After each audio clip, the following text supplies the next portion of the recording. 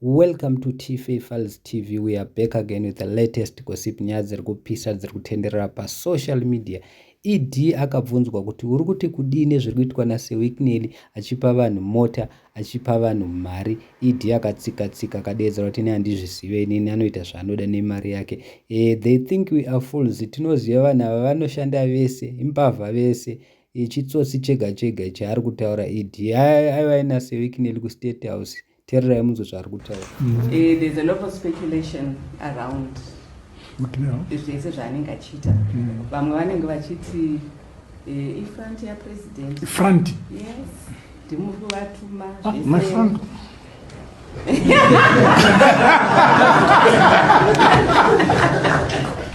So you see, I see it abundantly.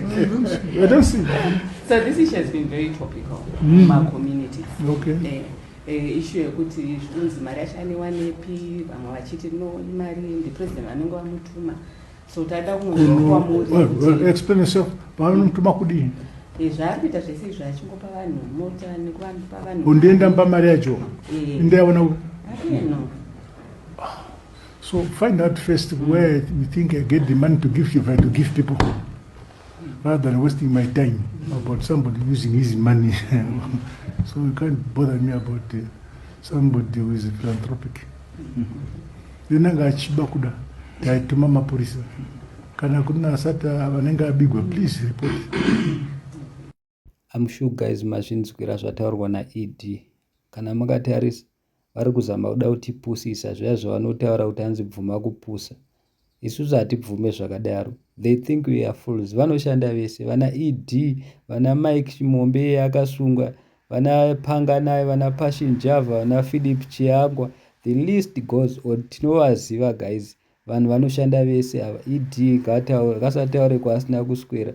Ndiye aiva naSewicknell kuState House, vana Mike Chimombe, vana Philip Chiangwa, nhasi akudedzera kuti azive kuti munhu ngaaite zvaanoda nemari yake. Vese vanoshanda vese. Mukatarisa mapictures aED naSewicknell, ijawi vari kumaprazi, vari kupi vachifamba nendege. We all know zvakazara pasocial media, but ndipo paari kuuya achitskotudza nhema dzega dzega. Thank you so much guys. Please comment down below. Vari kuba vese mbavha idzi.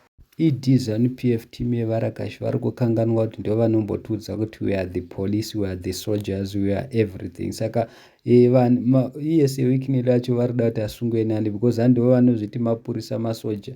Kana muchiba muri kuba muri mbavha mese zvokuti Sewicknell mari yake imari yedu isusu ma taxpayers muZimbabwe. Mutiitire mushe mimbavha dzevanhu. Thank you so much.